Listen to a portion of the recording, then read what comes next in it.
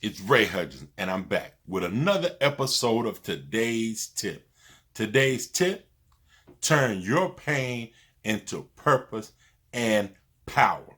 We're going to flip the script on this pain. We're not going to go through it no more, but we're going to do it in 4 quick, easy steps. We're not going to be here long today, guys. It's turning your pain into purpose and power. The first step you have to do, you have to validate yourself. You have to look in the mirror and tell yourself that you are great. You can't look in the mirror and just be average. You have to tell yourself, I am more than a conqueror. If you believe you're worth $1 million, you worth $1 million. If you believe you worth $1, you worth $1. You what you validate. If you validate it, that's what you are. Validate yourself and saying, I'm going to be great. I am going to be something. I'm going to leave my mark on this earth. I'm going to leave a legacy. You are great. That's the first step. Validate yourself. So the second step is ask the right questions about your pain. Yes, I know you tossed and turned at night. I know you couldn't sleep. I know you went through days of just maybe some depression, not knowing where to turn because the pain was so great. I know it. Pain hurts. None of us like to deal with pain, but pain is a part of life. But you have to ask the right questions about that pain. Maybe your pain is what sparked you to be what you are today. Maybe the pain has you in that great profession. Maybe if you wouldn't have went through that pain of losing a loved one, then maybe you would not be a caregiver. Maybe you would not be the great nurse that you are today. Maybe if you wouldn't have lost that job. Yes, I know you went to work every day. I know you did what you thought was right. I know you had a great team, but for some unknown reason, one day when you was at work, you got called to the office to either be laid off or terminated. Whatever terminology they use, you no longer have that job. And I know that hurt. I know it did because everything in your life changed when you lost that job. But you have to ask the right questions about your pain. Maybe you got with somebody that was supposed to be there in the spring. It was a season. They were supposed to be seasonal in your life. And they left, but you thought it was a lifetime. So now you're hurt. The next person you get with, you bring up the pain. You bring up what that person put you through. Or if you don't bring it up, you feel some type of way about getting in another relationship because you don't want to go through that pain again. But did you ask the right question? Was that person just supposed to be there for a season? Maybe they were supposed to teach you something. Maybe they were supposed to teach you how to communicate. Maybe they were supposed to teach you how to respond when you got upset about something. That's all they were there for. Maybe they were there to show you how to manage money. That's it. They couldn't communicate. They couldn't do nothing else. They were just there to show you how to handle some money. That's all they was there for. But you wanted to turn that person into a lifetime, a marriage. But you didn't ask the questions. You have to ask questions. Was it my fault that this situation ended? Did I stop showing up to work? Did I stop performing to the best of my ability? And that's why they let me go. Did I stop responding to my spouse the way I was supposed to? Did I stop doing my part? Ask that question. We hear it all the time. 50-50. Did I give my 50% and they gave their 50%? But that's crazy if you think about it. If you give them 50, that means you was half doing it. Yeah, you was half doing something and you wanted it to work. So ask that question. Was it my fault or was it that person's fault? Whose fault was it? Then after you ask that question, now is the part after you've asked the question, now we can start finding solutions. If it was my fault, I was only giving 50.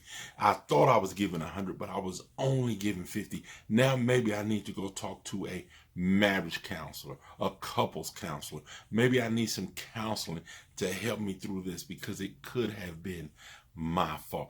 But I got to find some solutions. Why do I keep losing my job? Do I oversell myself? Do I promise them something that I really can't do, but it sounds good when I say it? Does it sound good when it come out my mouth? But deep down inside, I know I can't do it. And then after a while, it shows up that I can't. The proof shows up, as they say, the proof is in the pudding.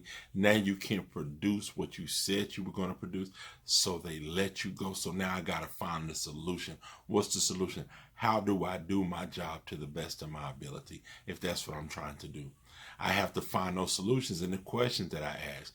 You have to be willing to seek solutions and not problems. Oh, they fired me. Oh, that person left me. Oh, okay, those are problems. What's the solution? What do you need to fix about you?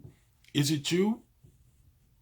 Do you keep looking for the wrong job that you can't perform, so you oversell yourself knowing you can't do it because you rushing into a job?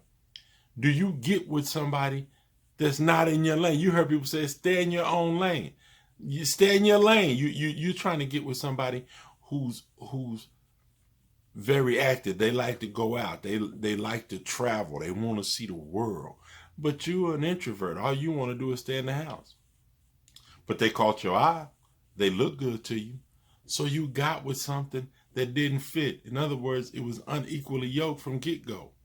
You knew it, but you thought you could make it work, but you couldn't. You find a solution to the problem and quit focusing on the problem. It's only 4 steps, guys, but you got to get through each one of them, and they're easy, should be quick. If you're willing to bite that bullet and ask the right questions and seek solutions and not problems. The last one. Check this out, guys. This is the last one. The last one that I'm going to give you in turning your pain into power. The last one is, you got to look to the future. You got to look to who you want to be. You got to write down a plan, write a journal, put it somewhere. That's who I want to be. I want to respond that way. I want to behave that way. I want to have this much money in the account. Whatever it is you're trying to do, I want my body to be this way.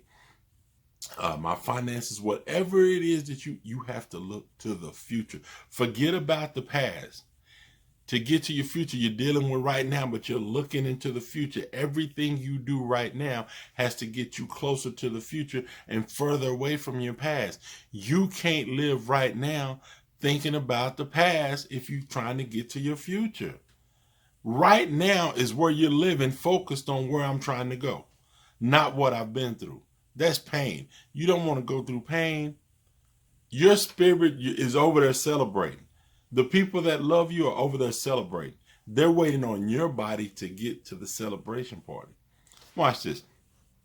Have you noticed in your car, you have 2 side view mirrors, and your rear view mirror that sits up tight in front of you is real small, but it takes 3 things for you to see what's behind you. You have to look to the left, then you got to look to the right, and then you got to look at the rear view mirror to see what's behind you. And sometimes you even have to look over your shoulder to see what's back there. Why? Because whatever is back there is really not that important. You're making it important because you're putting it in front of you, which is blocking your vision to where you're trying to go. That's why you can't sleep at night. That's why you toss and turn in the bed. That's why you look and you cry sometimes when you see certain things, because you're still living in the past. You want the future. You want things to be better. You want things to be great. However, you keep looking behind you.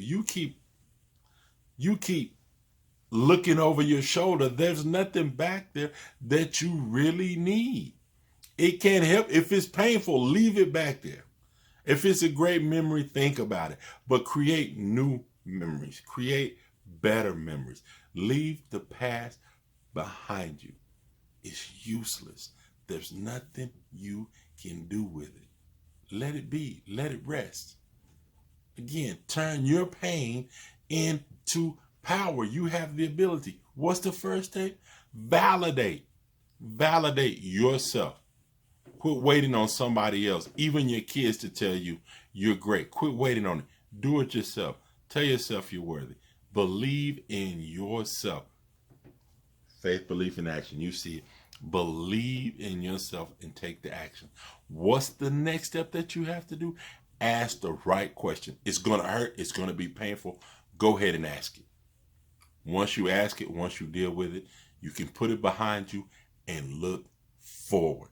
Third step, focus on the solution, forget the problem. The solution, forget the problems, forget the past. Now, listen to me, guys. Listen to me, guys. Everything you need to be great is in you. All you have to do is pull it out. It's waiting. Just pull it out. Pull it out of you. And I'll see you again next week for another episode of today's tip. I love you and be blessed.